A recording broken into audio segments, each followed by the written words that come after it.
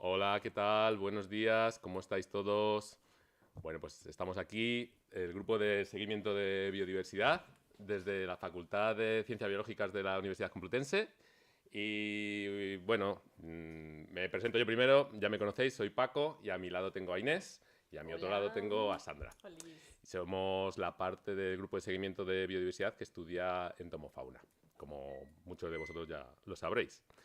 Bueno, pues queremos primero, antes de todo, como siempre, agradecer al Centro de Educación Ambiental de la Casa de Campo por permitirnos abrir esta ventana en vuestros hogares o donde estéis para contaros cositas sobre los artrópodos. Para nosotros es una tarea asumida de forma voluntaria, pero que creemos muy necesaria, el dar a conocer estos pequeños animales al resto de la gente. Y bueno, ya como insistiré al final del seminario, porque tendré esa oportunidad, ya os contaré que, aunque sea una pequeña acción, todo hace. Y aunque este webinar llegue a una sola persona, y imaginaos a un niño, y le pueda cambiar en el futuro su concepto sobre la biología, le ayude también a saber cuál es su lugar en el mundo en el futuro y tenga que ver con la biología, por ejemplo, y con los artrópodos, pues podremos morirnos tranquilos, ¿no? Digo, eso espero, ¿no? Imagino. Bueno, em, vale, hoy, fijaos, tenemos un tema que tratamos precisamente por dos causas. Hace 3 días, sí, hoy estamos a viernes, pues hace 3 días, el martes, fue el Día Internacional de las Abejas, o de la abeja. Y ayer fue el Día Internacional de la Biodiversidad. Biodiversidad o diversidad biológica. Entonces habíamos pensado ofreceros este seminario acerca de un fenómeno conocido como el de la desaparición o el trastorno del colapso de las abejas, que es un fenómeno mundial que empezamos a darnos cuenta hace apenas 20 años que estaba sucediendo, aunque probablemente ya lleva un tiempo sucediendo, y que puede influirnos muchísimo, tanto en el momento presente como en nuestro futuro. Bien, pues yo creo que con esto vamos a empezar. A ver si me deja. Ay. Bien. Bueno, pues como os decía, el fenómeno existe.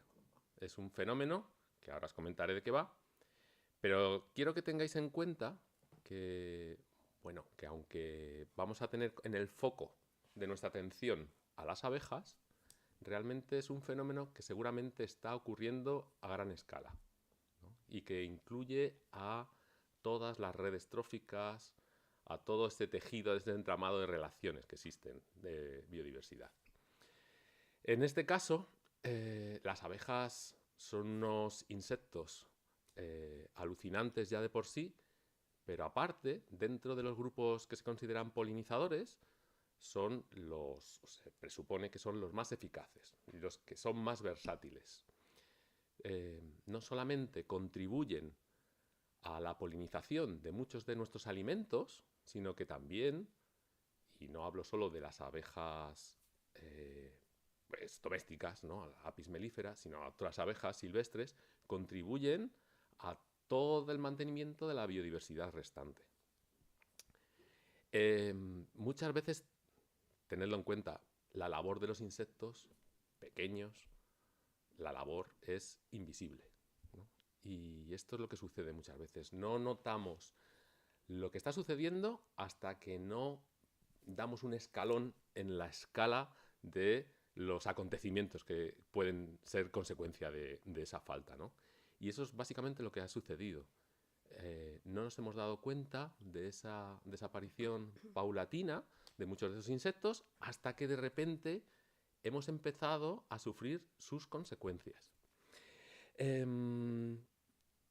Bien, os vamos a comentar primero cuál es el problema. El problema fundamental, que seguramente lo habréis escuchado pues en la radio, en la tele, en los periódicos, en internet, con las abejas es básicamente el colapso de las colonias, ¿no? También llamado el trastorno del colapso de las colonias. En las siglas en inglés es CCD. Este colapso, este trastorno, esta disminución en las poblaciones de las abejas ya sucedía antes, ¿vale? Se tienen datos no solamente de apicultores, sino también de estudios ecológicos, ¿no? En medios silvestres, de que, bueno, que había cierta disminución. Incluso se habían reconocido ciertos agentes, por ejemplo, el DDT, ¿no? Ciertos agentes químicos que habían influido en la disminución de muchas poblaciones de insectos y de animales, pero no se le había dado suficiente importancia. En la década de los 90 del siglo pasado,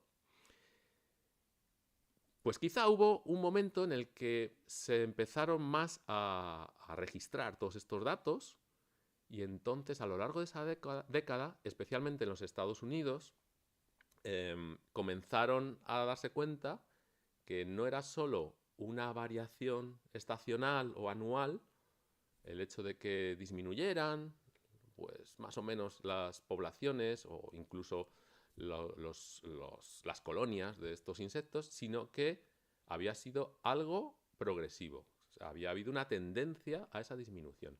Fue ya a principios de este siglo, en el 2006, cuando a este fenómeno, incluso después de ver que esto iba más, se le puso este nombre, ¿no? Del colapso de trastorno de colapso de las colonias, ¿no?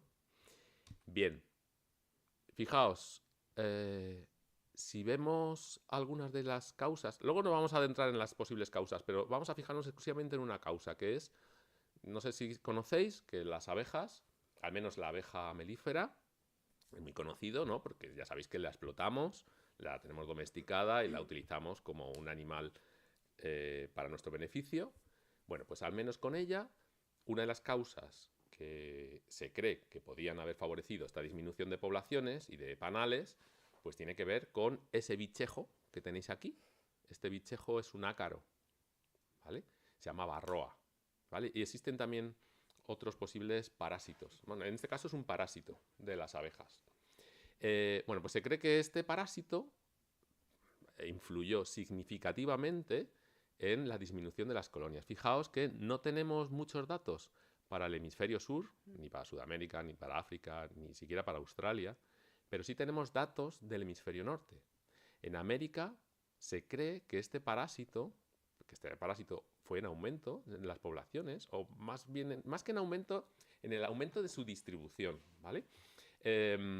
Pues influyó en una bajada del 30% de las colmenas. En Europa es variable, ¿vale? En Europa, de hecho, tenemos algún mapa un poquitín más detallado. Como veis, es variable, entre un 2% a un 50 y tantos por ciento. En países, por ejemplo, como Gran Bretaña, Italia, Alemania, esto era mucho mayor. A ver, aquí hay un poco de engaño. También seguramente habría más información que en el resto de países de Europa, ¿vale?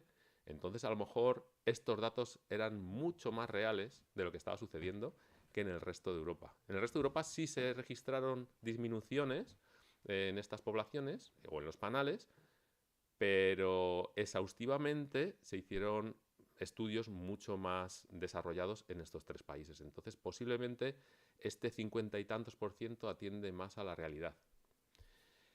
En Japón, hasta un 25% de pérdidas. Y en Oriente Medio, fijaos que en algunos casos hasta el 90%, el 85% de las colmenas o de las poblaciones desaparecieron. Salud. Entonces, claro, esto no es solo una tragedia para la propia persona que cuida las abejas, ¿no? Si hablamos de la abeja de la miel, no es una tragedia porque, claro, tienes que repensar tu negocio, tienes que repensar tu vida. Te has dedicado toda la vida y toda tu familia a ser apicultor y de repente cada vez las condiciones son peores, cada vez cuesta más el tratamiento de esos panales para que no tengan estos parásitos y cada vez se te escapa más de las manos el hecho de que en cada ciclo, en cada primavera o verano, de repente, pues las obreras empiezan a desaparecer, del panal, abandonan la cría, abandonan a la reina, abandonan todos los recursos que han ido acumulando y desaparecen. O sea, imaginaos lo mismo en una sociedad humana. Sería como una película de miedo, que fuéramos desapareciendo poco a poco, ¿no? Hoy ya ha llegado el turno a Manolo, ha desaparecido. Hoy Lola ya no está por aquí, hoy, ¿no? Y así poco a poco que fuéramos como diluyéndonos, desapareciendo, la caída de todas las estructuras, de todos los servicios humanos, ¿no? Imaginaos. Pues esto básicamente es lo que sucede en este colapso de las colonias, ¿vale? Bueno. Tened en cuenta que nos hemos fijado en este colapso porque para nosotros los polinizadores, los insectos, pero también otros muchos organismos, ¿no? Porque también hay mamíferos, por ejemplo, incluso reptiles o algún otro animal polinizador, pues ejercen un papel fundamental en nuestras actividades y en nuestra vida. Se han valorado para los polinizadores, ¿vale? Grupos polinizadores por antonomasia en insectos. A ver, no voy a poner aquí un contador, ¿no? Pero haceos un momento la idea. Tic-tac, tic-tac. ¿Quiénes son? Tenemos las abejas, que lo estamos diciendo, ¿no? Algunas moscas, escarabajos. ¿Qué más se os ocurren? Venga, mariposas, polillas. Alguno más habrá, ¿no? Bueno, pues todos estos grupos comparten al menos 3 servicios que nos proporcionan, ¿vale? Servicios ecosistémicos. Con respecto a servicios ecosistémicos, nos referimos a aquellas donaciones, a aquellas tareas, a aquellas funciones positivas que nos ofrecen para nosotros, para la biodiversidad en general, para el planeta en general, ¿vale? Estas 3 tareas fundamentales son esas 3 que tenéis en ese pastel, ¿vale? Fijaos que... Y se les da además una importancia diferencial a cada una de ellas. La importancia fundamental la tiene la provisión alimentaria que nos ofrecen. ¿Qué significa esto? Pues que gran parte de su participación en el mantenimiento de la biodiversidad en el planeta tiene que ver con que nos ofrezcan alimentos. Bueno, a nosotros, seres humanos, pero también a otros seres vivos, ¿no? Que participen como donadores o dadores de alimentos. A nosotros, como ya sabéis, nos ofrecen miel, ¿no? Nos ofrecen, pues yo qué sé, polen, nos ofrecen, ¿qué más? Un montón de cosas, ¿no? Incluso no solamente alimentos, ¿no? Nos ofrecen cera, nos ofrecen... Sabéis que nos ofrecen un montón de cosas. La abeja de la miel, ¿vale? Si hablamos de abejas silvestres, otras que no son abeja de la miel, pues seguramente están ofreciendo esos mismos servicios al resto de los elementos de la biodiversidad, ¿vale? Seguramente están ofreciendo eso, alimento. Las mismas larvas son una fuente tremenda de hidratos y de proteínas, ¿vale? Entonces se los están ofreciendo a otros animales, ¿no? Por otro lado, está el mantenimiento de la biodiversidad. Pues eso, su participación en estas cadenas tróficas es fundamental. Y luego, con respecto al ser humano, pues no vamos a obviar que estos polinizadores están presentes en nuestra economía, en nuestra cultura, en nuestra alimentación, ya hemos dicho, ¿no? Y entonces son fundamentales. No podríamos concebir una vida, tanto culturalmente como estéticamente, ¿no? En los propios paisajes que vemos, sin la función de estos polinizadores. Y como les he comentado desde el principio, dentro de los polinizadores, las abejas son el grupo por antonomasia, ¿vale? Entonces, las abejas son clave para nuestra nutrición, luego os contaremos, ¿no? Les daremos algún porcentaje. Para los paisajes que tenemos, ¿no? Los campos floridos que vemos no serían lo mismo sin las abejas, ¿no? Y fijaos que se ha valorado económicamente, a veces es la forma de darle una importancia, ¿no? En la sociedad humana. Se ha valorado económicamente esta función, la de las abejas, y se cree que está entre 1,25 millón de millones de dólares al año, ¿vale? Esto está, como veis, la FAO, la Organización de las Naciones Unidas para la Alimentación y Agricultura, lo ha registrado, lo ha valorado en estos valores. Y fijaos que gran parte de esta valoración, sobre todo, tiene que ver con la parte antropocéntrica, lo que nosotros obtenemos, porque con respecto a la vida silvestre, a la biodiversidad silvestre, nos queda mucho por conocer, nos queda mucho por saber. Tened en cuenta una cosa, y así lo ligo con lo siguiente. El hombre, la mayor parte de nosotros, hasta hace nada nosotros incluso, como entomólogos incluso, pensábamos que las abejas pues eran, pues eso, la abeja de la miel y poco más. ¿Cuántas especies pensáis que hay de abejas?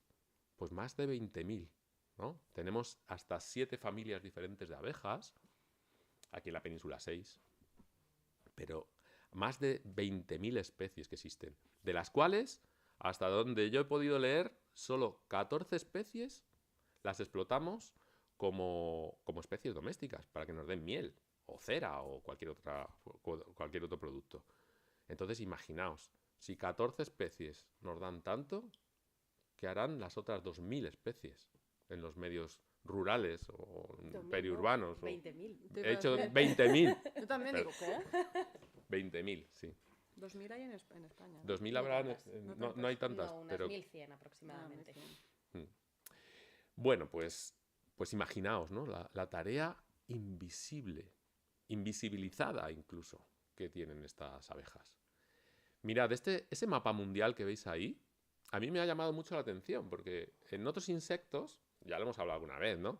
A ver, un animal ectotermo que depende de su actividad, de sangre fría, que depende de su actividad del tiempo que haga, ¿dónde va a ser más común? Pues normalmente en los trópicos, en las zonas tropicales, subtropicales. Pues fijaos que las abejas no. Las máximas diversidades de abejas se encuentran en las zonas templadas y templado frías incluso. Ahora, obviad este mapa, ¿vale? Y por un momento pensad, ¿dónde se encuentra la mayor parte de las zonas urbanizadas o ocupadas por el ser humano? ¿Qué? En los polos. Tened en cuenta esto.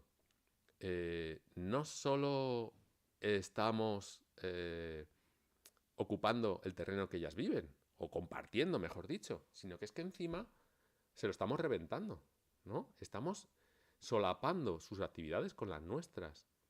Y sin embargo, la acción que realizan estas abejas en todas estas áreas del mundo mantienen la diversidad a nivel mundial. Entonces, bueno, sería muy interesante al menos pues reflexionar un poco sobre ellas y tener esto en cuenta, ¿no? Y tener en cuenta, como insisto, tenemos la abeja de la miel aquí en nuestras latitudes. Y cuando hablamos de abeja, pues pensamos en la abeja maya, pensamos en alguna película de dibujos animados, así reciente que hayamos visto, ¿no? O la B-Movie o algo así. Pero es que es una entre 20.000 especies, ¿vale? Que es que hay muchísimas más. De hecho, nos han metido en la cabeza que las abejas pues son comunitarias, que hay obreras, que hay reinas, que tal. Bueno, pues eso es mentira. Quiero decir, la inmensa mayoría de las abejas son solitarias y tienen mucha mayor importancia en el mantenimiento de la diversidad y en todas estas tareas alimentarias que otras abejas que nosotros criamos, ¿vale? La inmensa mayoría son pues más pequeñitas, bueno, os hemos resumido en esta tabla un poco las características para que las veáis. Podéis parar la imagen en cualquier momento y leerla, aunque bueno, esta información la podéis encontrar en cualquier sitio, ¿no? Pero fijaos que, aunque tenemos el concepto de que las abejas son sociales, la inmensa mayoría de las abejas son solitarias. Realmente solo el 10% de las abejas son sociales. Y luego, sociales al nivel de la apis mellifera, hay muy poquitas. Porque la mayoría de las que son sociales, entre comillas, están ahí como comunales. Son, sí, conviven, se agrupan. Viven en urbanizaciones, digamos. Así que, bueno, pues con esta introducción, espero que os haya quedado claro un poco en qué lío nos estamos metiendo con el tema del trastorno del colapso de las colmenas, ¿vale? Queremos en este seminario poner un poco en contexto con respecto a lo que se sabe, o sea, este tema con respecto a lo que se sabe, con datos de artículos científicos y datos fehacientes, ¿vale? Esto no nos lo estamos inventando. Esto es una realidad, aunque estemos dándole la espalda, ¿vale? Pues ya con esto me callo por el momento. A ver, por aquí esto ¿qué pasa? O con el ratón. Vale. Pues, Ok. Bueno, pues a ver, como dice Paco, esto es un problema del que se lleva hablando mucho tiempo. Creo que cada vez es un problema más asumido por la sociedad, cada vez aparecen más medios de comunicación y sobre todo pues la creación de este día de las abejas pues visibiliza mucho una realidad.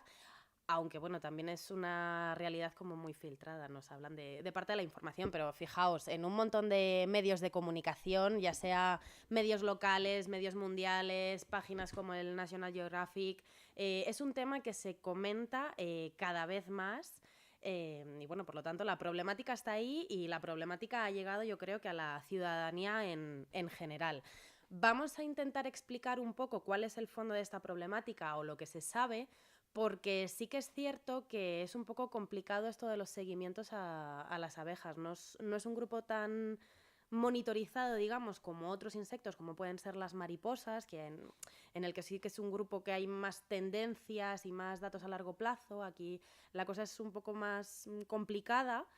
Pero bueno, los datos, aunque sean poquitos, ahí están y la verdad es que las proyecciones que arrojan dan un poco de mieduco. Así que bueno, vamos a comentar esos datos y luego veremos cuáles serían las consecuencias de una catástrofe como la que parece ser que podría llegar a suceder si las cosas continúan como están yendo ahora.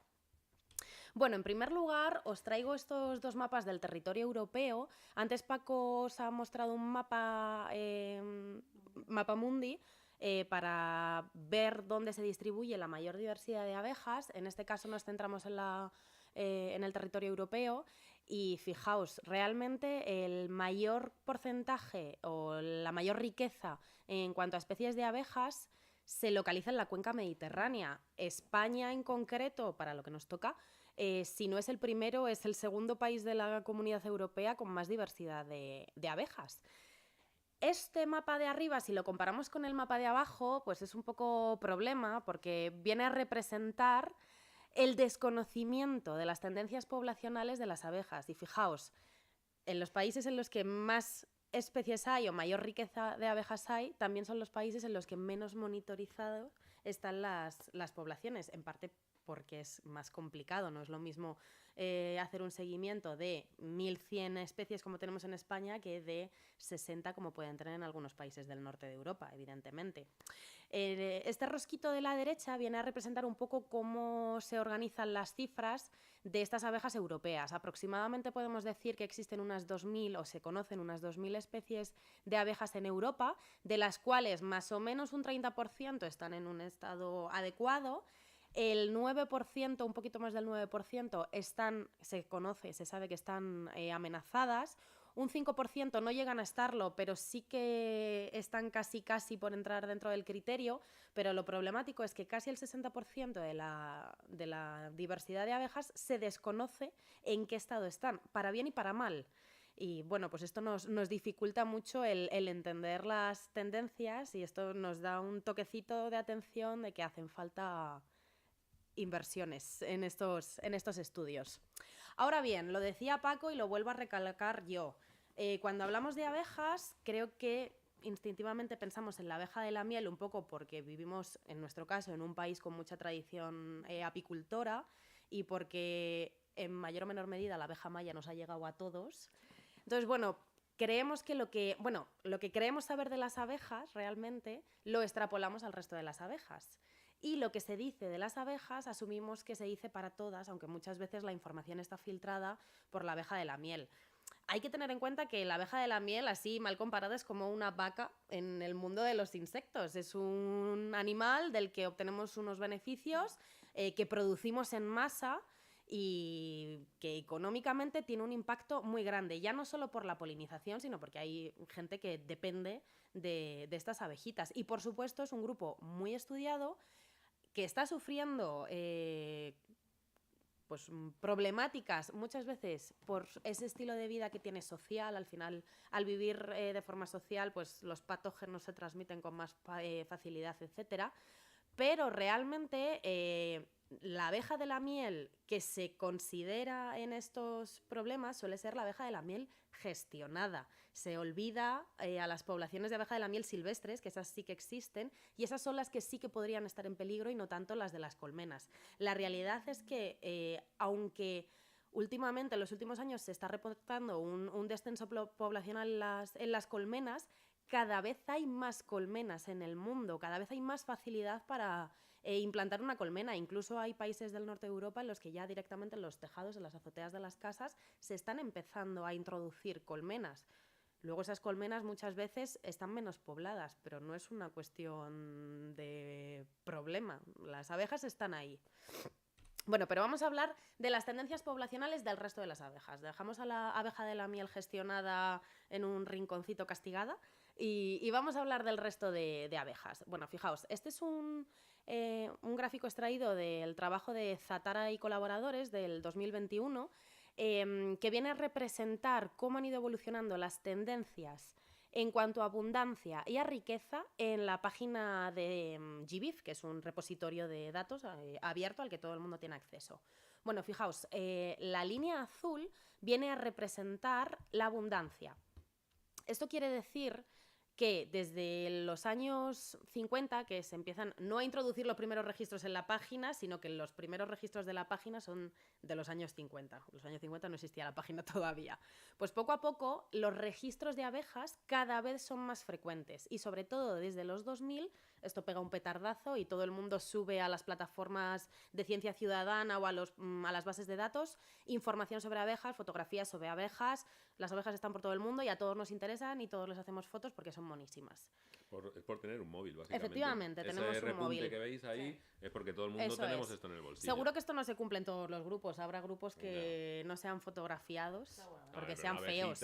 Pero las abejas son monísimas. Bueno, pues están en las flores efectivamente.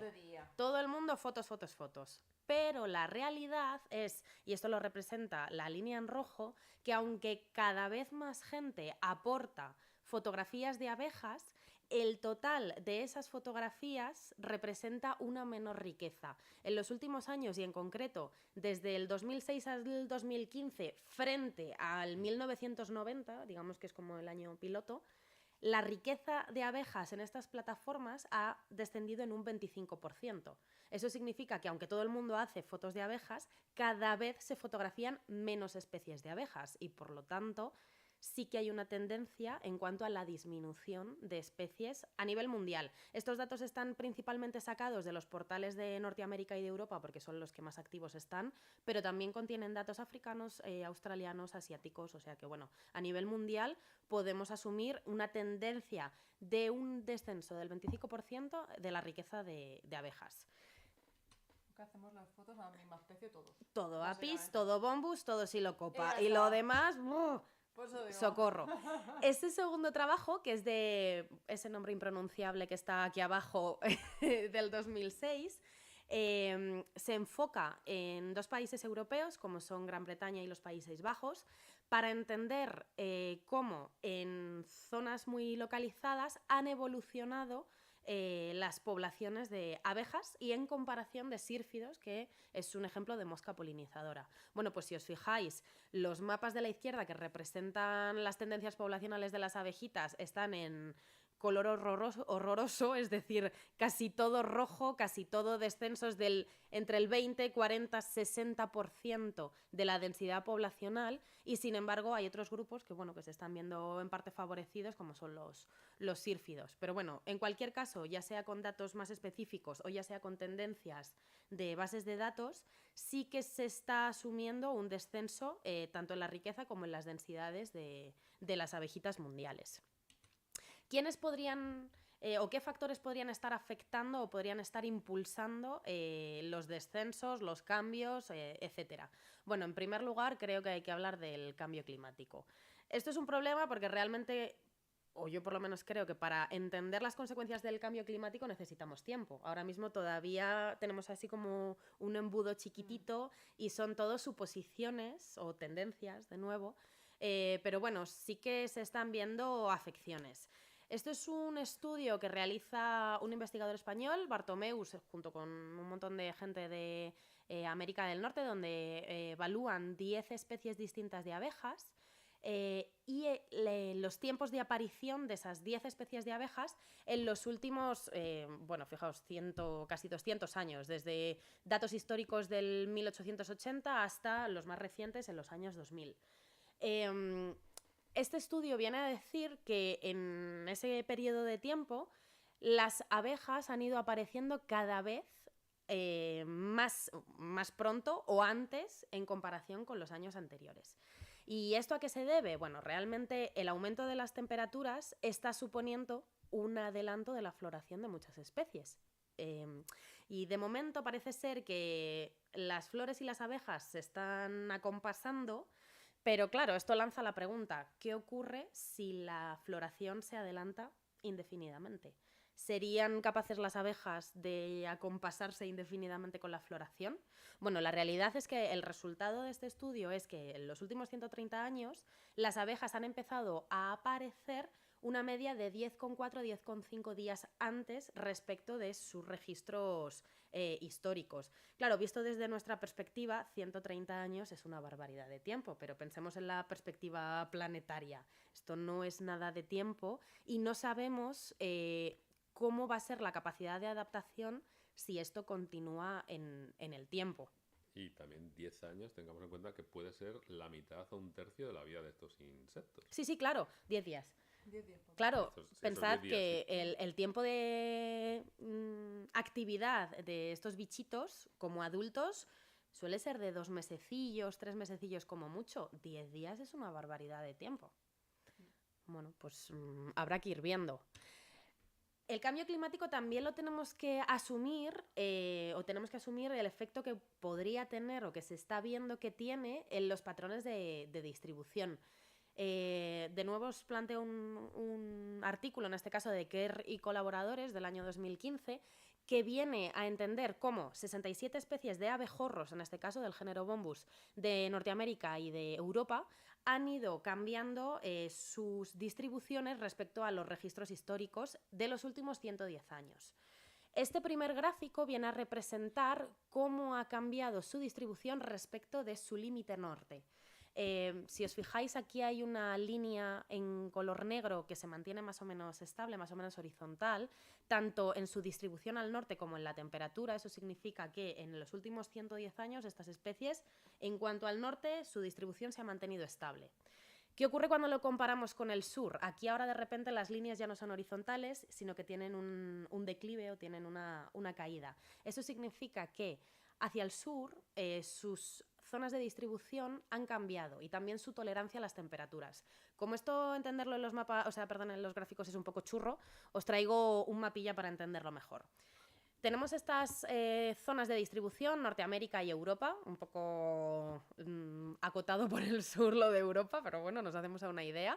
Aquí tendríamos lo que es el límite de distribución norte representado con estas líneas en azul. Eso quiere decir que por encima de esa línea azul, estas 67 especies que se han evaluado no aparecen. La línea azul es como la barrera, la frontera a la que no pueden ascender. Y exactamente lo mismo, pero por el sur, estas líneas en color naranjita. Bueno, pues ¿cuál es la tendencia que se ha visto en los últimos 110 años? Que ese límite de distribución sur se ha desplazado hasta 300 kilómetros.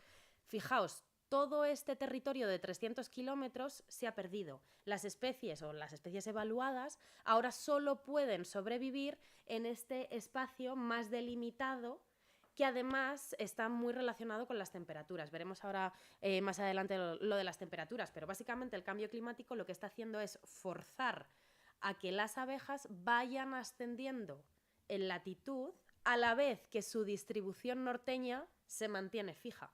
Eso significa que a lo mejor podría dar la situación de sándwich, de colapso. Bueno, pues eso, ojo, cuidado. ¿Qué ocurre con las temperaturas? Fijaos, claro, estas especies que se están viendo obligadas o forzadas a huir desde el sur, realmente se están viendo obligadas a hacerlo porque cada vez son menos intolerantes a los cambios de temperatura. Y se ha visto, sobre todo en Europa, es más significativo. En rosa tenemos las especies americanas, en verdecito las especies europeas. Sobre todo se ha visto en Europa que esos cambios de distribución en las regiones meridionales, o sea, al sur, se han visto muy forzadas en aquellas zonas en las que las temperaturas mínimas son de 15 grados. ¿Qué viene a representar esto? El aumento de temperaturas en las regiones del sur está obligando a que los insectos se desplacen. ¿Pero hacia dónde se están desplazando realmente? Hacia arriba, hacia las montañas. Igual que hemos visto que el margen de distribución sureño se ha reducido en 300 kilómetros, el margen de distribución altitudinal en las montañas ha aumentado en 300 metros. O sea, cada vez estamos menos al sur y nos vemos obligadas a subir en las montañas. Bueno, pensad que una montaña es un ambiente finito. Llega un momento en el que desaparece. Entonces, bueno, y que la escapada de la abeja no es porque sí, muchas veces es acompañando a la planta de la que se va a alimentar. Entonces, bueno, esto supone una problemática en cuanto a las distribuciones, que de nuevo son solo sobre los bombus, que son normalmente los más estudiados a este respecto, porque son fáciles de monitorizar, pero ostras, si esto lo podemos extrapolar al resto de abejas es fastidioso, ¿eh? ¿Quiénes son las abejas más vulnerables a todos estos cambios? Bueno, pues hay varios trabajos. Aquí os traigo un par, este de Ollerton o de nuevo uno de Bartomeus, que dicen que normalmente las abejas que se van a ver más afectadas por todas estas problemáticas son las especies especialistas u oligolécticas, es decir, aquellas que tienen unas dietas más restringidas. Os traigo un par de ejemplos, como por ejemplo, ambos los tenemos aquí en la península ibérica. Uno es el Bombus gerstarkeri, que se alimenta únicamente de plantas de Aconitum, que crece en las zonas del Pirineo a cierta temperatura. Solo lo vemos activo unos poquitos días a lo largo del año, porque el acónito florece cuando suben las temperaturas en las sierras del norte, o sea, sé que junio, casi julio, unos cuantos días comen y ya dejamos de verle. Y otro ejemplo sería, por ejemplo, el Flavipanurgus venustus, que se alimenta exclusivamente de una jara de la Cistus crispus. Bueno, pues estas especies que tienen esa alimentación tan restrictiva muy probablemente sean las que más se vean afectadas por los cambios de distribución, de cambios globales por el aumento de temperaturas, etc. Evidentemente, no solo las especialistas en alimentación, sino también las especialistas en hábitats, aquellas especies que solo puedan vivir o que tengan reducciones de sus poblaciones o que solo puedan vivir en hábitats muy delimitados. El cambio de las condiciones ambientales pues, podría suponer una consecuencia muy, muy, muy, muy grave. Y luego, aparte, hay que tener en cuenta, y vuelvo a retomar a la abeja de la miel, el efecto que hacen las poblaciones manejadas o introducidas sobre la fauna silvestre. Y aquí voy a ser un poco el abogado del diablo y voy a comentar algunos aspectos que podrían afectar o que se ve que están afectando a las poblaciones silvestres como consecuencia de estas poblaciones manejadas de abeja de la miel. Hay que pensar en primer lugar que la abeja de la miel es una gran competidora de la explotación.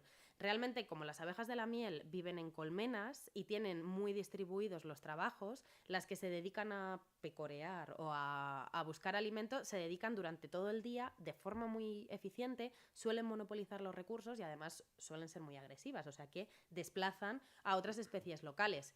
Incluso muchas veces lo que hacen, esto es más bien los abejorros, es que son recolectores de néctar. Y para recolectar el néctar y no el polen, a veces rompen las flores, o sea que quitan recursos a otras abejas. En segundo lugar, compiten por eso que se llama interferencia.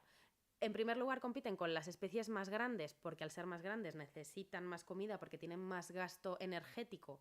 Pero si yo, que soy más competitiva, te estoy quitando la comida, tienes un problema.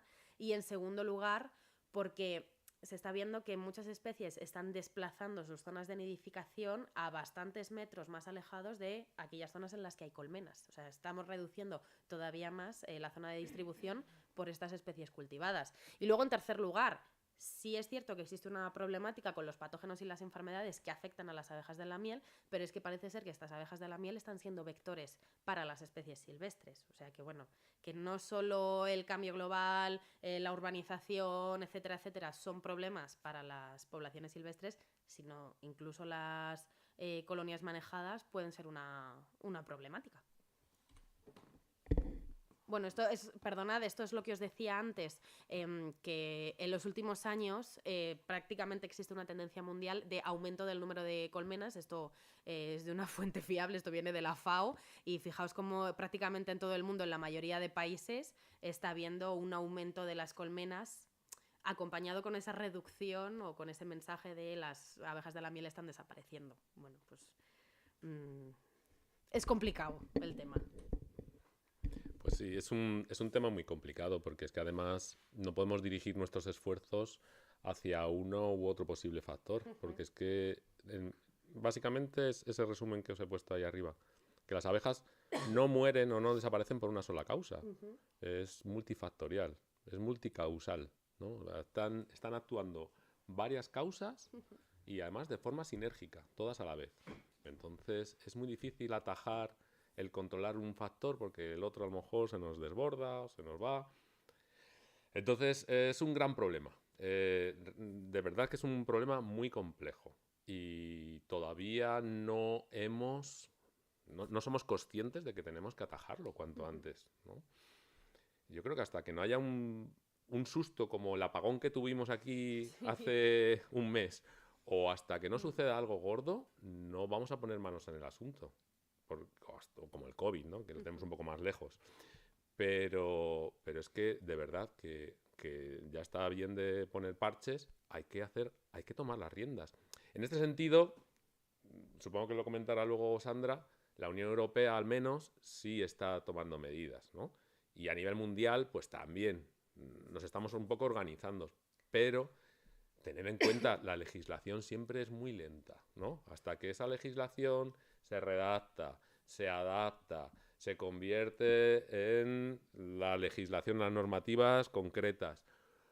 Pues eso lleva unos cuantos años. Y a lo mejor es que no sabemos cuánto tiempo tenemos. Entonces, bueno, en esta infografía que tenéis aquí, principalmente aquí arriba os lo comenta, ¿no? Que un único factor posiblemente no es el que hace que suceda este colapso de las colmenas, sino que son las combinaciones de diferentes factores y actuando al mismo tiempo, ¿vale?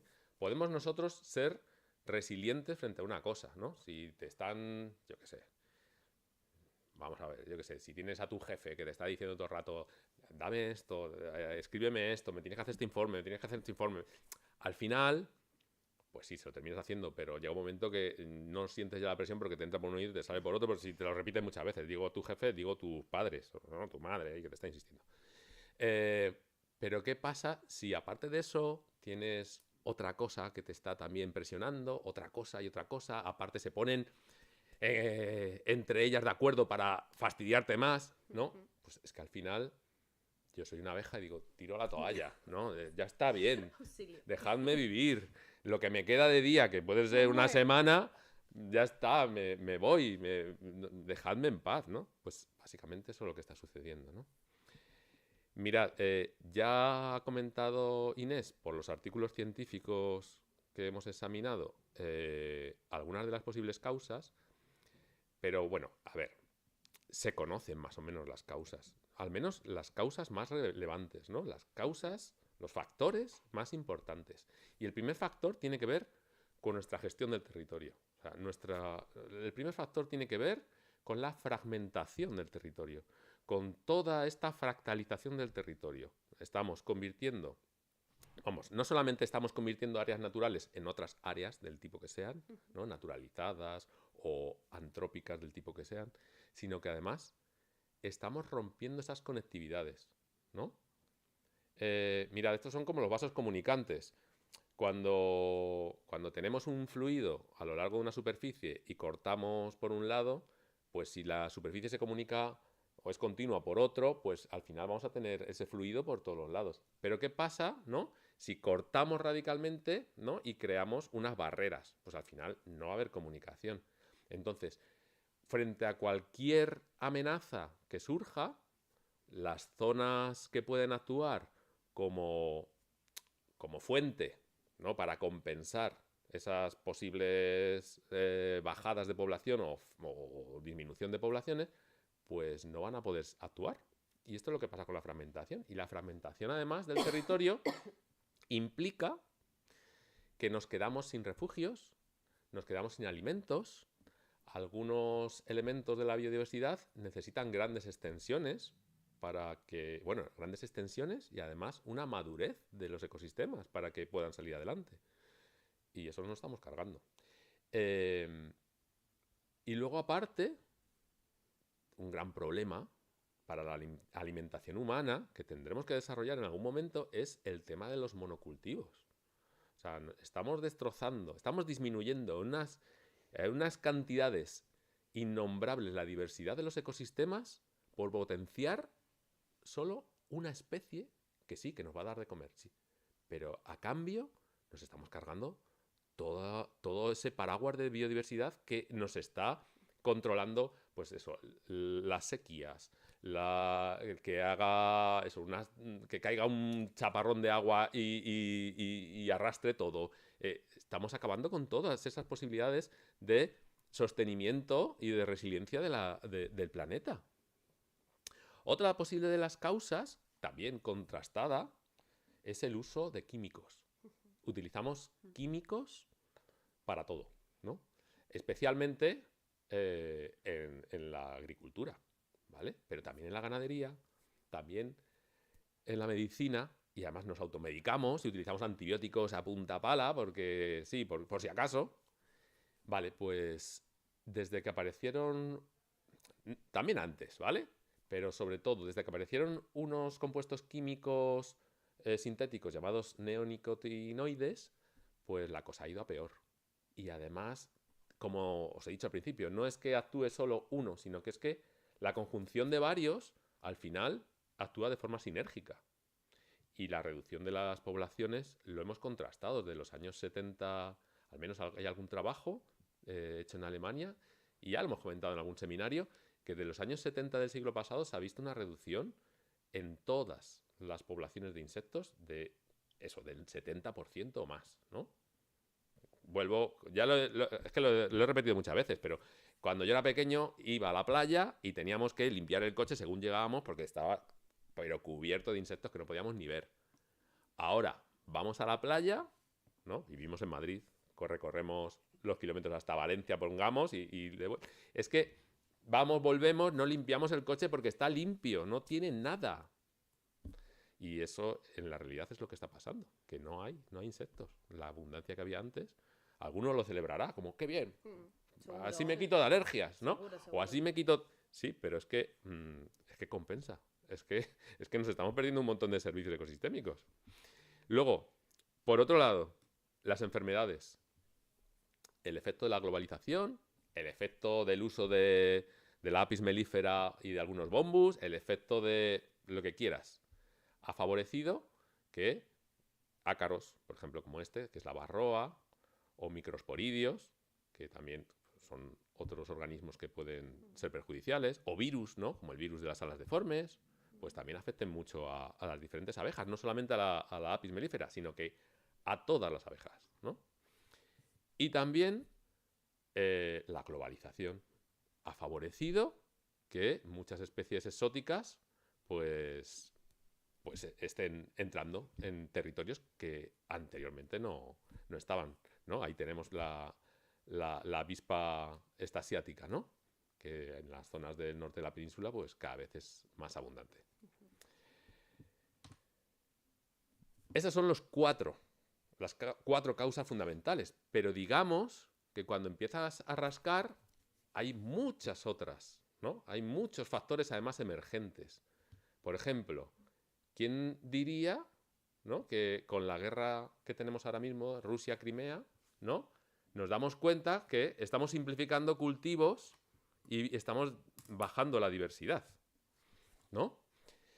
Por otro lado, incluso en zonas rurales, ¿vale? No solamente en zonas urbanas. ¿Qué creéis? ¿Que las zonas rurales están libres de microplásticos, de antibióticos, de... en fin, de químicos? Pues pasa lo mismo y además esa acción sinérgica. La contaminación atmosférica llega a todos los lados. Los metales pesados también llegan a todos los lados. Luego, cada vez hay más incendios forestales incontrolados o cada vez la frecuencia de los mismos es mayor. Entonces, han surgido, incluso con esta antropización y con estos efectos del cambio climático, muchos otros factores negativos emergentes, incluso aparecerán otros que ni siquiera tenemos control sobre ellos, que están afectando directamente a la diversidad de las abejas. Nos estamos poniendo muy negativos, pero es que es precisamente ahora cuando tenemos que tener conciencia de esto. Yo voy a ser peor, ¿eh? Estaba pensando, digo, yo voy a ser peor. Yo he abierto el melón. No, claro, o sea, ahora vamos a ver un poco, o sea, os han presentado todo el panorama que tenemos de las abejas, pero claro, vamos a ver aquí, por ejemplo, tenemos un campito muy, muy hermoso, ¿no? Y tenemos a todas las abejas ahí zumbeando. Entonces, vale, imaginaros que de todas ellas, 2/3 partes desaparecen, que es un poco como nuestro posible panorama que tendríamos ahora, ¿no? ¿Qué ocurriría, no? Pues obviamente, cuando hay menos abejas, obviamente la polinización no van a dar abasto todas. O sea, pensar que más o menos cada abeja puede visitar en torno a unas 7.000, 10.000 plantas al día, dependiendo de dónde mires, pero más o menos pueden visitar esa cantidad de flores una abeja, ¿vale? Más o menos, 7.000, 10.000. Eso probablemente esté un poco condicionado porque realmente las abejas no solo van a las plantas a alimentarse, sino a recoger polen para llevar al nido. Entonces, y ese polen luego no lo utilizan para polinizar. No. O sea, es un poco la cifra truqui. Pero bueno, sí, una barbaridad. Pero vamos, que nosotros, o sea, quiero decirte, no hacemos eso ni 50.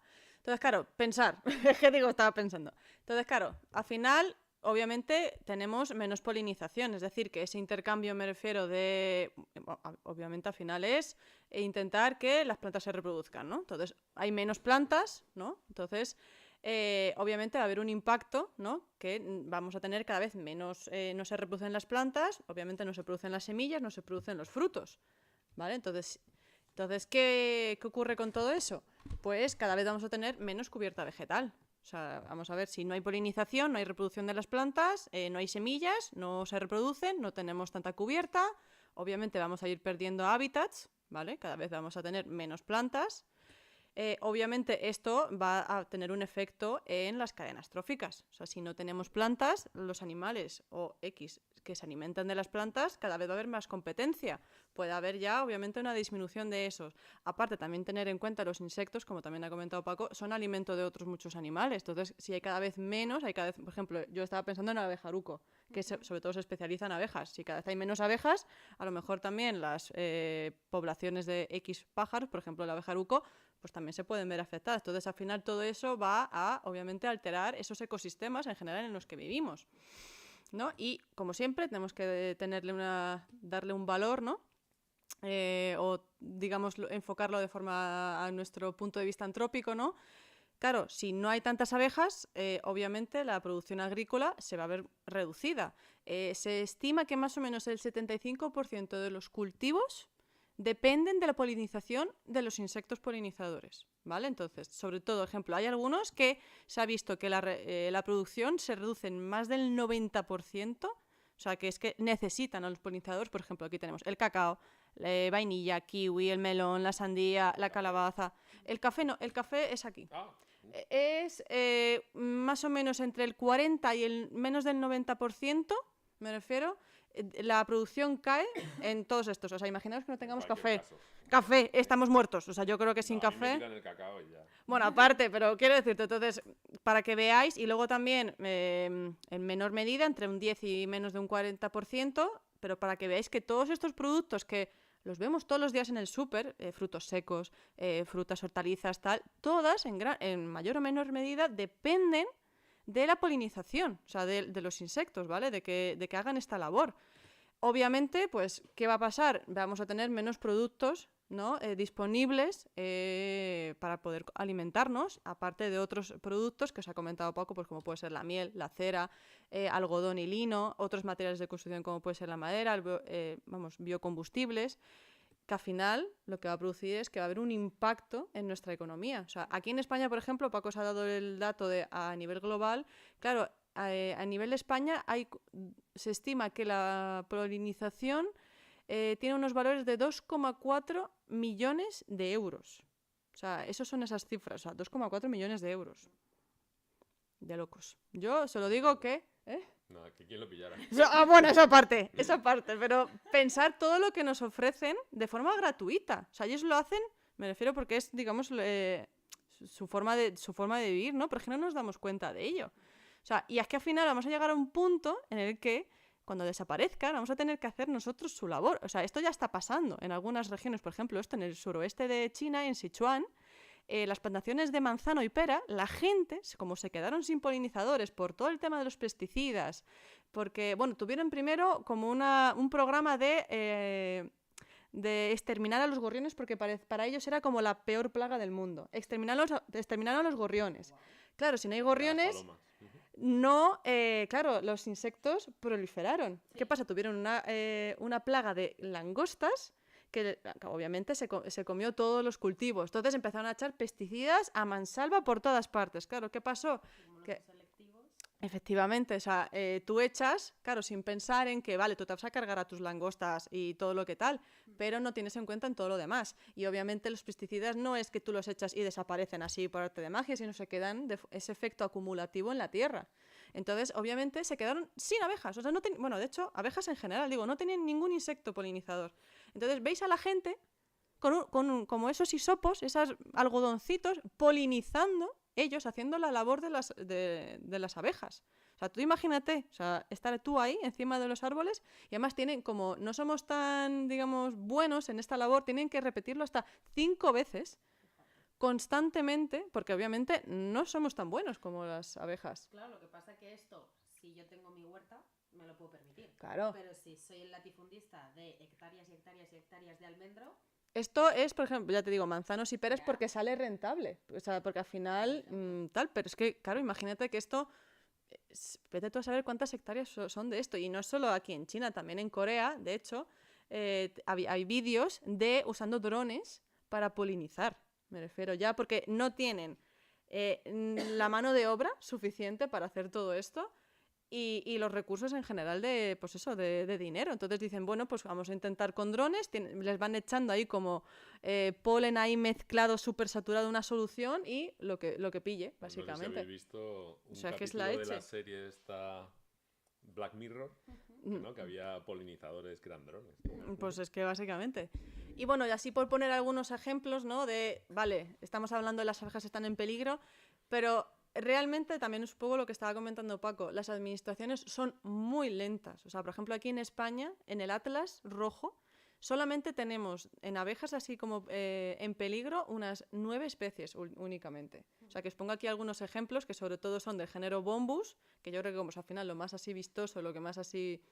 o que es lo que a lo mejor se más ha estudiado, pues hay como más especies protegidas y algunos coletes, de la familia Coletidae, que son algunos géneros de coletes, o Ilaeus, pero lo mismo, o sea, no hay mucha información. O sea, y bueno, me comentaste que había algunas especies que se iban a incluir ya dentro... Sí, va a haber una actualización y van a subir un pelín las cifras. Pero vamos, que tampoco... Una cacota. O sea, que con todo lo que tenemos, quiero decirte que esto se queda muy... Vamos, prácticamente es que es un 5 o 10% de lo que tenemos lo que se está protegiendo. Que sí, que obviamente son especies muy complicadas, o sea, porque están casi todas en el norte, que tienen unas distribuciones muy fragmentadas, que están en las zonas así de los Pirineos, en zonas muy concretas, ¿no? Y aquí por poner algunos otros ejemplos, por ejemplo en Estados Unidos, que también tienen no sé cuántas especies, solamente una está protegida, ¿vale? Que es esta que está en el medio, Bombus affinis, ¿vale? Es la única que está como en sus listados rojos de especies protegidas, o sea que fijaros, el resto la Bombus pennsylvanicus es el típico abejorro americano que llaman, que antes era muy habitual y que ahora han visto que ha descendido sus poblaciones brutalmente, casi un 70-80%, que ya hay en algunos estados en los que ni siquiera se ve. Y lo mismo le pasa a Bombus franklini, que de hecho la última vez que le vieron fue en 2006. Y se cree que ya incluso puede estar extinta. Ya no se sabe lo de siempre, lo de extinto, no extinto. Hombre, tiene que pasar más tiempo. Yo creo que ¿cuántos son? ¿50, 100 años lo que ponen como 50? Bueno, desde 2006 ya no está, así que ya creen que algo obviamente le está afectando, ¿no? Y también esto es un poco para pensar dentro de las abejas también hay muchas propiamente abejas que parasitan a otras abejas. Por ejemplo, estas de abajo, que son los Sityrus, pero bueno, son del subgénero Sityrus, que parasitan a las de arriba, ¿vale? Por ejemplo, la Bombus variabilis parasita a Bombus pennsylvanicus, y también lo mismo, se ha visto que ya lleva un par de años en los que no se ha visto. Entonces, que hay que pensar un poco también que no solo si desaparece, me refiero la abeja, digamos, hospedadora, ¿no? Que tiene también un efecto en todas esas abejas relacionadas con ella, ¿no? En bien o mal, claro, al final a la abeja hospedadora pues no le hace mucha gracia que le parasiten, pero bueno, tener en cuenta que si desaparecen unas, vienen de la mano otras que también van a desaparecer. Igual la otra, la Bombus suclei, no está tan mal, pero también han visto que las poblaciones están reduciéndose muchísimo, me refiero. Y bueno, aquí otro ejemplo en el Reino Unido, para que veáis, o sea, en oscuro se supone las localizaciones, o sea, las localidades en las que está ahora.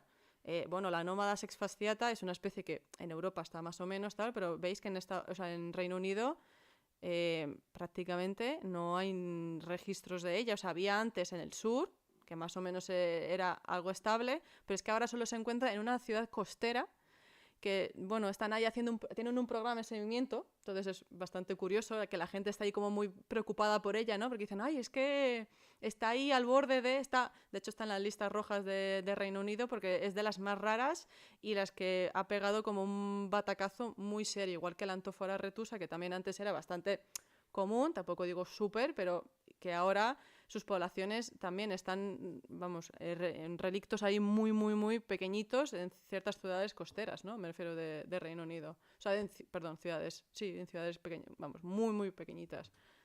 Y entonces, a ver, ya un poco dejando toda esa parte negativa de, oh Dios mío, vamos a morir, vamos a estar nosotros polinizando las plantas, ¿no? A ver, ¿qué podemos hacer? Pues sobre todo, obviamente, yo creo que lo principal es cambiar el chip. O sea, es decir, pero mucho. O sea, tener un poco en cuenta de, al final, nuestra forma de vivir actual, si seguimos así, vamos a acabar muy mal. Entonces, lo primero, cambiar un poco esa forma de agricultura que tenemos, que es lo que ha comentado Paco. Al final lo que estamos haciendo es hacer unos monocultivos a saco, para así, es verdad, darnos de comer, pues solo al final nos estamos centrando en una especie. Pero no estamos teniendo en cuenta que antes se hacía, por ejemplo, mucho barbecho, rotación de cultivos, hoy se plantaba esto, el año que viene plantamos leguminosas, etcétera. Milpas, todo junto. Claro, entonces al final lo que estamos haciendo es que tenemos que un poco volver a esos métodos que se hacían antiguamente, ¿no? De, pues eso, rotación de cultivos. También es que ahora no estamos dejando ni siquiera lindes, prácticamente. O sea, estamos arrasando, o sea, que tú llegas y es que solo es, o sea, al final tengo una hectárea, tengo que consumir todo esto porque no tal, nada de lindes, eso no es dinero para mí. Entonces al final, eso también, tener en cuenta que las abejas, muchas de ellas, necesitan sitios para nidificar y son sitios, por ejemplo, en el suelo que tienen que tener ciertas condiciones. Si al final arrasamos todo el suelo y es solo nuestro cultivo, claro, también no tienen su casita donde montarla, ¿no? Entonces, pues bueno, un poco como cambiar ese chip de la agricultura, sobre todo, de volver un poco a lo antiguo, ¿no? Obviamente, cultivar diferentes especies, que también eso, cuanta mayor diversidad, mejor, ¿no? Obviamente, nada de uso de pesticidas, porque eso al final, como veis, pues tienen unos efectos. También muchos de los pesticidas se usan por otras especies que pueden aparecer y que pueden comerse mis cultivos, ¿no? Pues intentar, antes, vamos, no hacía falta tanto pesticida porque las especies se iban, digamos, como controlando entre ellas, ¿vale? Entonces, intentar usar como otras especies, ¿vale? Que se alimenten de estas especies plagas para tenerlas controladitas, ¿vale? Y pues ya desde un aspecto un poco más, a lo mejor, no tan cercano a nosotros, sino obviamente intentar que los políticos, es decir, que las administraciones, actúen de forma coordinada, obviamente, porque así cada uno, yo hago esto aquí, llego en Francia, hago tal, en Polonia hacen esto y en Inglaterra hacen tal, pues al final tampoco llegamos a ninguna solución. Entonces, todos tendremos que tener más o menos en esa mentalidad de, vale, hay que proteger, ¿de qué forma? Venga, vamos a intentar hacer unas iniciativas, establecer leyes que ayuden de verdad, ¿no? Y que promuevan el que se protejan las abejas, ¿no? En general, ¿no? Que Todas los las bichos no abejas. entienden de fronteras, claro. Obviamente, es que los bichos para ellos, lo de que si está aquí o allá, que esto es Francia y esto es España, pues para ellas ni fu ni fa, ¿no? Obviamente incrementar los fondos, o sea, todo ese dinero para investigación y obviamente también, pues eso, para promover esas prácticas agrícolas ecológicas, ¿no? De intentar ayudar a los agricultores que están a veces un poco asfixiados. Obviamente, pues conservarlas, intentar meter más especies en los listados rojos, ¿no? Y obviamente, pues que haya programas de seguimiento, porque al final, si no las estudiamos, tampoco sabemos cómo están. Lo ha comentado Inés, que hay muchas especies que ni siquiera se sabe qué pasa con ellas, con sus poblaciones. Más del 56%, ¿no? Era en torno al 60%. 57. En Europa. Y eso es generalizado en todo el mundo, o sea que no es que solo sea un problema de Europa, ¿no? Entonces, al final, pues intentar eso, que haya más trabajo, más dinero. Obviamente, pues también hay muchas iniciativas actualmente, ¿no? Pues eso, intentar que, de hecho, vamos, ya estaba viendo de adopta una colmena o sea, bueno, que hay un montón ya de movimiento, ¿no? Acerca de las abejas, de intentar, pues también comprar miel de apicultores locales, me refiero a no comprar miel del súper, porque seguramente no es miel. De hecho, o sea, ahora mismo, o sea, tendría que costar la miel en torno, estuve echando un vistazo, entre 7 y 8 euros. La miel auténtica. Si te la venden por menos de esto, es miel falsa. Es glucosa que la adulteran, me refiero, o sea, que entonces vete tú a saber lo que te estás tomando. O sea, aromatizantes simplemente para que parezca que es miel, pero nada de, vamos, fuera de que sea miel auténtica, ¿no? Y obviamente, pues eso, yo creo que es lo último, pero no lo, vamos, yo diría de lo más importante, eso, cambiar un poco el chip, ¿no? De que es muy importante, ¿no? Las abejas en general y que no hay que matarlas, por favor. Que ya tuvimos esta semana un chico, ya os digo, que nos dijo que hay que matarlas y es como, vamos a ver, o sea, por favor, ¿por qué? Porque le da alergia, y es como, a ver. Bueno, también nos dijo que si estábamos mostrando ovejas en vez de Bueno, abejas. también, así que... también, entonces, bueno, quiero decir, a ese chico y a toda la gente que por favor no hay que matar nada porque simplemente no nos gusta lo que sea, hay que todos un poco vivir en armonía. Obligatoriamente este seminario. Oh. Así. en ciclo, hasta que se lo aprendan. Claro, en plan de, joder, por favor, o sea, que todo tiene su sitio en la vida, no hay que ser tan asesino. Bueno, pues venga, ya estamos en la recta final. Contribuyendo un poco a lo que está diciendo Sandra, si estos son medidas que podemos tomar a nivel global, pues que pueden tomar administraciones, gobiernos, etcétera, nosotros, a ver, ¿nosotros qué podemos hacer? Yo ahora mismo digo, vale, me parece fenomenal, aplaudo estas iniciativas, pero ¿qué hago? ¿Por dónde empiezo, no? ¿Qué hago? ¿Tengo que protestar ahí delante de un ministerio? ¿Qué tengo que hacer? Pues básicamente, a ver, es que unas pequeñas acciones influyen muchísimo. Una pequeña mano que echemos, una sola persona, va a influir un mogollón, ¿no? Un montón. Pues primero tener unas buenas prácticas personales, ¿no? Algunas de estas a lo mejor son redundantes con las que comentaba Sandra a esos niveles superiores, ¿no? A escala de agricultor, Sí, pero nosotros, por ejemplo, ¿qué podemos hacer? Pues mira, pues sí, hay plantas exóticas de jardinería que son preciosas. Sí. Que podemos tener alguna, ¿cómo no? Que algunos polinizadores también las pueden utilizar, ¿cómo no? Pero si es que si han vivido millones de años juntos, ¿por qué no potenciamos más las plantas nativas, ¿no? Si tenemos un jardín de atrás, un jardincito delante, o si tenemos un huerto, una maceta en nuestra terraza o en nuestra ventana de yo qué sé, pues podemos plantar algo, ¿no? Que sepamos que pueda atraerles, ¿no? Una lavanda, así, aromáticas, un romero. Y luego evitar pesticidas. O sea, que, es que se me llenan de cacireus, de taladro de los geranios, que es una mariposa. Bueno, pues a lo mejor hay que convivir con eso. No sé, es que echar químicos no va a ser malo solamente para los bichos, es que va a ser para ti. O sea, lo vas a estar transpirando, aunque sea a nivel de micromoléculas o yo qué sé. Es que tenemos que evitar esos pesticidas, porque además esos pesticidas, muchos de ellos, tienen una permanencia en los ecosistemas larguísima. Y van a estar actuando y actuando y actuando y actuando. y nunca se van, no paran, ¿no? Luego, por otro lado, consumo responsable y ético. Ya ha adelantado también Sandra algunas de estas cosas que se pueden hacer a nivel de administración, pero nosotros podemos hacer a nivel local. Comprar miel local, si puede ser.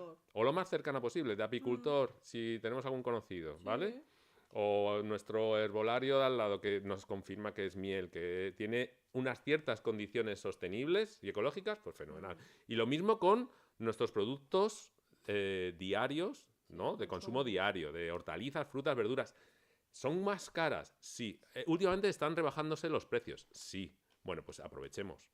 No te digo que estemos comprando continuamente. No. Si no podemos, no podemos. Pero dentro de lo posible, oye, que le demos la oportunidad, ¿no?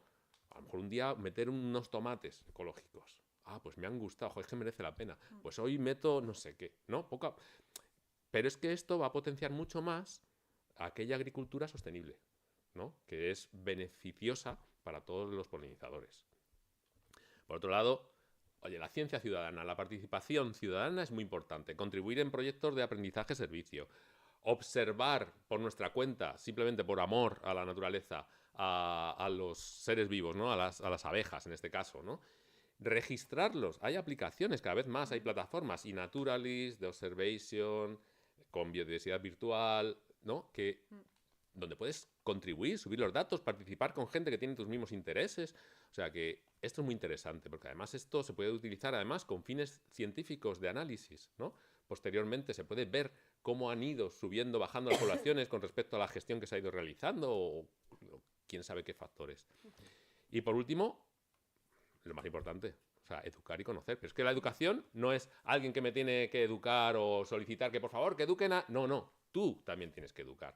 O sea, tú tienes que informarte, tú tienes que aprender y, si puedes, transmitirlo. No transmitir solamente el chascarrillo de, oh, ¿sabes que la abeja esta? No. Oye, también, si ves, por ejemplo, te viene alguien y te dice, hay que matar todas las abejas, pues, oye, no le vas a cambiar la opinión, pero que por lo menos que tenga un criterio adecuado, razonado, científico, ¿no? Y organizar, si puedes, actividades o participar en actividades relacionadas con los polinizadores, ¿vale? Tenéis, si queréis, ahí podéis parar la imagen, ¿vale? Un QR para entrar en una página de las Naciones Unidas, de la FAO, donde hay un montón de documentos que tienen que ver con educación, tienen que ver con prácticas personales y administrativas, tienen que ver con un montón de todo este trasunto que estamos tomando, ¿vale? Y ya llegamos al final. Como ves, ya esta imagen bucólica nos indica que el seminario se está acabando, ¿no? Entonces, recapitulando un poco, los polinizadores son muy importantes, ¿no? Ideas claras. Creo que ya lo hemos dejado muy claro, ¿eh? Los bullet points, venga. Polinizadores son muy importantes. Dependemos nuestra vida y la del planeta de estos polinizadores. Las abejas dentro de estos polinizadores son, pues, de las mejores, las más eficaces. Está sucediendo un fenómeno que nos está avisando que estamos haciendo algo mal, ¿vale? Este trastorno de colapso de las colmenas nos está diciendo, cuidadito que lo que viene puede ser peor, venga, todavía estáis a tiempo, ¿vale? Bueno, ya hemos visto que hay una gran diversidad de abejas, no solamente la abeja de la miel, hemos visto los factores que influyen, hemos visto las causas de estos colapsos, hemos visto muchos casos. Bueno, pues así, después de esta recapitulación, simplemente queríamos dejaros un par de reflexiones finales, ¿vale? El mensaje fundamental, aunque hayamos estado muy pesimistas, bueno, no tanto, hemos expuesto, ¿no? Bueno, pero... Paco, que vamos a terminar como los chinos haciendo polinización ahí manual. Bueno, pero fijaos que uno de los mensajes que podemos sacar de aquí, vamos a ser positivos, venga, positivos, es que aún estamos a tiempo, ¿vale? Aún estamos a tiempo. Y luego, que cada persona, es otro mensaje, tiene también una función, ¿no? Que puede marcar una gran diferencia. Cada persona, ¿vale? Son muchos millones de personas. A lo mejor a nosotros no nos han inculcado desde pequeños todo esto. Y nos tenemos que estar todo el rato recordando, pues tengo que hacer esto, tengo que hacer esto. Pero las nuevas generaciones, si nacen ya con esto, con esta concienciación, es innata. Es como la tablet o el internet en mis hijas, ¿no? Ya saben mejor que yo manejarlo, ¿no? Y hay que tener en cuenta que este acto de conservación de las abejas es al mismo tiempo un acto de conservación de nosotros mismos. Aunque solo sea en plan egoísta, hay que tener esto en cuenta, ¿vale? Protegerlas no solamente es conservar estas especies, sino también es proteger estos hilos finos, invisibles, esta red, esta madeja que nos une a todos en el planeta, ¿no? A todos estos elementos. Hostia, me he emocionado, ¿eh? Bueno, Silencio. entonces, fijaos que esta desaparición no es solamente un síntoma o un síndrome ecológico, sino que también es un espejo de nuestro propio pensamiento, de la búsqueda de de la inmediatez, de la búsqueda del beneficio rápido, del olvido de lo pequeño, ¿vale? Y las abejas, sin embargo, nos están recordando que sus acciones son poco visibles, pero son fundamentales, son muy complejas, son lentas, que quizá, oye, tenemos que valorar otros ritmos y tenemos que valorar otras posibilidades que quizá nos ofrecen menos beneficio a corto plazo y más a largo plazo, ¿vale? Tenemos que cambiar el dominio por la cooperación. Tenemos que cambiar el uso de estos animales por el respeto. Y nada, que tengamos en cuenta que el equilibrio es frágil, al fin y al cabo, y que conservarlas a ellas, como decía al principio, es conservarnos a nosotros mismos y al planeta en el que vivimos. ¿Vale? Entonces, ya. Vamos a contestar las preguntas. ¿Os parece? Porque es un poquitín tarde. Venga. Venga, a ver. Bueno, buenos días, Centro de Educación. Gracias a vosotros, sí. Belén García. Una pregunta sobre la varroa. ¿De dónde procede? ¿Ha existido siempre? ¿Cómo se controla? ¿Queréis responder? Sí, bueno, existir existe de siempre. Lo que pasa que no ha existido siempre en nuestro territorio. Porque la varroa, si me equivoco me corregís, es el parásito asociado a la prima de la apis de Asia, a la apis cerana. Entonces, en algún momento, con esto de la globalización, traemos el parásito aquí. En Asia parece que más o menos convive con las abejas, pero aquí no lo toleran, entonces ahí empieza el problema. Y de aquí lo llevamos a Norteamérica, porque las abejas de la miel que hay en Norteamérica son introducidas. La apis allí no vive, la apis melífera, y en América lo que tienen son las meliponas. Entonces, de aquí de Europa nos las llevamos al norte de América y también llevamos a la varroa. Así que bueno. De Filipinas era, ¿no? Hey, del sudeste asiático, sí, sí.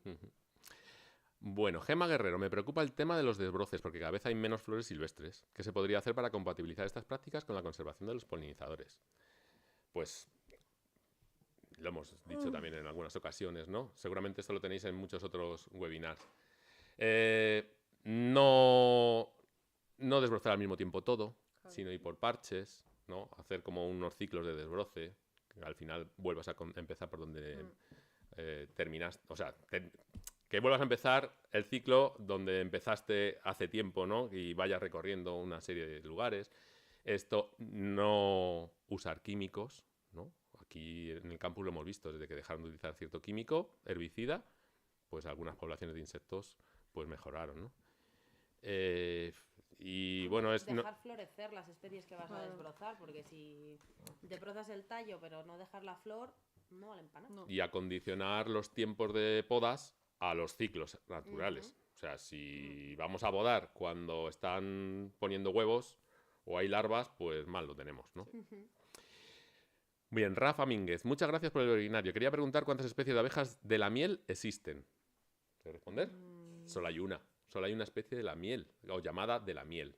Lo que pasa es que hay otras, yo he leído, hasta 14 especies que son explotadas para proporcionar la miel. Lo que pasa es que dentro de la abeja de la miel hay mucha diversidad genética. Dentro de la apis melífera, que es la que conocemos comúnmente como abeja de la miel. O sea, hay como muchas variedades, Muchas dependiendo del subespecies, ¿no? territorio. Está, por ejemplo, la apis melífera ibérica, que es la que tenemos aquí. Dependiendo del territorio está muy diversificada, pero hay otras abejas que también hacen miel. Los abejorros, por ejemplo, hacen miel, lo que pasa que en una cantidad muy pequeñita. Yo creo que la miel está asociada a las especies que son sociales, porque realmente la miel es como una conserva de polen del que se van a alimentar durante el invierno. Sí. Entonces, Una bueno. reserva. Sí. Mario de Wonder, ¿qué tal? Muy bien, pues nada, gracias. Y nosotros también te vemos habitualmente. Ana Olaya. Hombre, Ana, ¿qué tal? Aunque existen planes nacionales para el control de la varroa en las poblaciones domésticas, ¿sabéis si se aplican de algún modo a las poblaciones silvestres? Hasta donde yo sé, no. Creo que No. O sea, Yo yo creo sé que sí que hay tratamientos de antibióticos a las colmenas gestionadas, pero claro, porque es fácil, al final tratas un cubículo. claro. Pero en las poblaciones silvestres Ujú. no me suena de nada. Bueno, pues nada, ya no sé si tenéis alguna otra pregunta. Si no, dejarnos en los Sí, comentarios. claro, si no, dejárnoslo en los comentarios y iremos respondiendo dentro de nuestras posibilidades. Ujú. Nada, pues muchas gracias por todo. Espero que os haya gustado este webinar. Hemos procurado ser lo más exhaustivos, pero también lo más directos y hemos concentrado todo lo que hemos encontrado acerca de esta desaparición. Sobre todo para que veáis que no es un run, un pasilleo, sino que es algo evidente, real. es real. Que no lo oculten, que, o sea, quiero decir, igual que a veces dudamos del cambio climático, a veces dudamos si la Tierra es redonda. No, es que esto no hay duda, es así. Es que está sucediendo y tenéis ahí todos esos argumentos y criterios para demostrarlo. Muy bien, pues con esto y un bizcocho, Hasta mañana a las esto volvemos a agradecer al Centro de Educación Ambiental de la Casa de Campo y a todos los que nos habéis estado escuchando vuestra presencia. Y nada, que nos vemos en el siguiente webinar. ¿Os parece? Muy bien. Pues nada, muchas gracias. Buen fin de... Chao, chao. Adiós.